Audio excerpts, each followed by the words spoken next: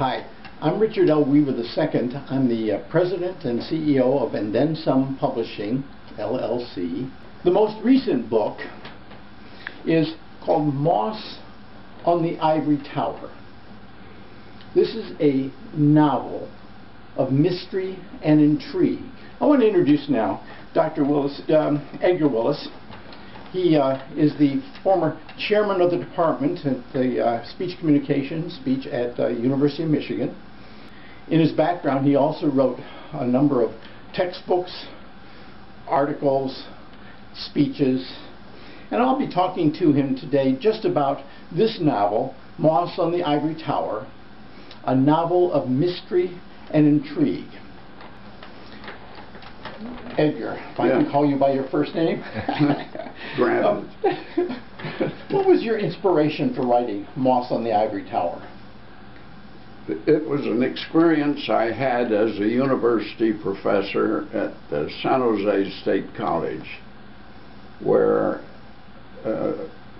things were done that were not very acceptable in order to get back at people that other people didn't like. And the person who he used his administrative power to make another person not only uncomfortable, but was an attempt to drive him out of the university. And that was what set me off on this. My goodness. Yeah. Well, why did you choose this particular title, Moss on the Ivory Tower? Well, it suggested to me that you look at the ivory tower and you think it's perfect, but it's not. It's covered with moss, and that reflected the things, the moss reflected the things that shouldn't be done. Now, I know that the book takes place primarily in an academic setting, but do you need an academic background or academic experience in order to understand the book? No, I don't think so. Although I think people who have either been teachers or administrators or students in colleges and universities would perhaps appreciate it more, but I think it would be understandable to everybody.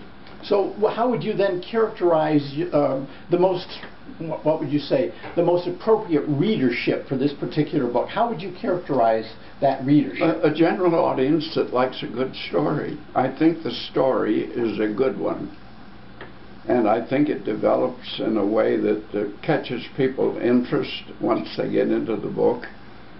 And it builds, and it has satisfactory things that are expected, and it has also great surprises, I think, turn of events that were not anticipated by the reader. Were there some moments that in your academic experience, perhaps in the book, that were most memorable for you, that you have a real identification with? Well, just generally the attack that one person made upon another. One person who was in a higher level made on a person who was on a lower level was the basic thing. Now, besides the great story, I think one of the features that I found throughout the book was the wonderful development of the characters. I felt a real identification with the characters simply because you spent a great deal of time developing them. Can you remember now one, maybe two of the characters in the story, and perhaps even give us some kind of an identification with them, some sort of experience that you remember?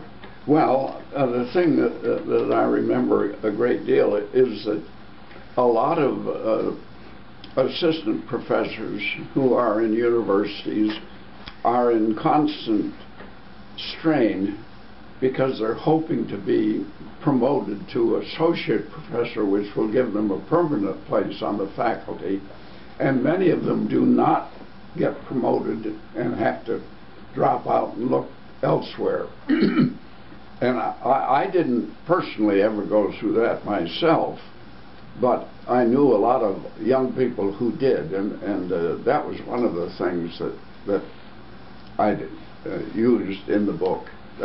And one of the main characters, in fact, is a character who cheats on a study because he reports results that were not true because he thought it would help him win because he promotion. So desperately wanted the promotion. Yeah, he well, was willing to cheat.